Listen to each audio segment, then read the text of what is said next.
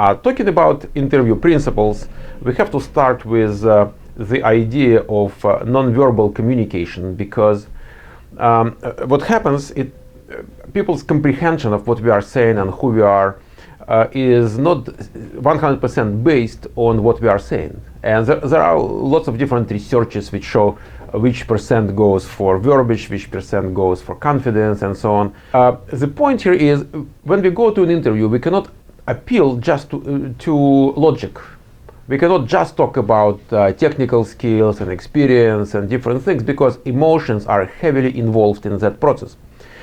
So we have to think about non-verbal communication. You are saying a lot about yourself when you are dressing a certain way, when you are smiling in a certain way, and in the way you shake hands. So physical mimicking of a smile helps. Just physically makes it smile, and then it will obviously improve your overall mood, and then the smile will become really natural. Try it, it works. It's a scientific fact. There is a rule, we call it here a rule of 17 seconds. Again, different researchers are talking about different number of seconds, but the idea here is people make buying decision, in our case hiring decision, so they like you or they don't like you, within couple of seconds, 5, 10, 12, 17, the number of seconds doesn't make any difference. Think about it. They don't know much about your technical skills. They don't know, practically do not know anything about you, but they already like you or don't like you. You just come, hi, how are you doing? Would you like coffee or tea, and blah, blah, blah. Then, listen, they already like you or they don't like you. So you can trust your feeling. If you don't like them, probably they don't like you too. So again, what is the point here? The point here is too many people are focusing on technical skills. They are going through technical preparations, through technical questions, through all the different things. Listen, they like you or don't like you before they get any idea of your knowledge of HTML or JavaScript or C++ or anything like that. Think about that. If your preparation, your interview preparation is focused primarily on technical things, you might fail miserably. Then another principle which we're going to talk about today is, when you answer interview question, they compare you with other candidates. So you don't have to answer 100% questions perfectly to get hired. It all depends on who is your competition and how well they are doing with the questions. Now, when you answer a question, your answer compared to other people goes in 1 out of 3 zones. Negative, which means you are worse than most of the people. 0, which means you are pretty much like everybody else. And positive or plus, because you are better than other people. Anytime you think about the questions they ask you, anytime you think about how you answered that question, how you're going to answer it next time, think about being or trying to be in the plus zone. You don't want to be in the 0, and you obviously don't want to be in negative, because negative means most likely you're not going to get the job. Another principle which you have to understand for successful interviewing is, when they ask you a question, the answer depends on who you are talking to, sometimes. So exact same question coming out of different people might assume different answers, because different people do different kind of work in that team, in that group of people, so their interest in you might be quite different. And then it's not just the question you answer. You answer the question coming out of this person with this specific interest in you and your qualifications and your contribution to the team. As an example, since I'm teaching software quality assurance classes, and we help people in getting jobs in software quality assurance, so my examples are naturally coming out of that area. Let's say, as an example, so what is quality? You can go to Wikipedia, you can go to books, you can find an answer, one answer, another answer. But if manager is talking to you, if marketing people are talking to you, sales people are talking to you, guys, to them quality means customer satisfaction.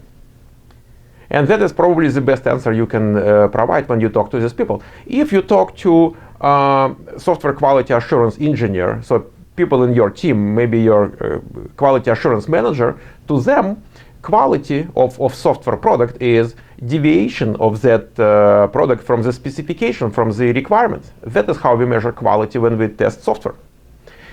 So the answer really depends on specific interests that people might have in you. So when you learn to think about who is this person, what is the title of that person, what is the role of that person in the team, what is the interest of that person in me, then it will naturally generate different answers, because now you are not answering one question, you are answering 3, 4, 5 questions. They sound the same, but they are coming from different people. They are different questions.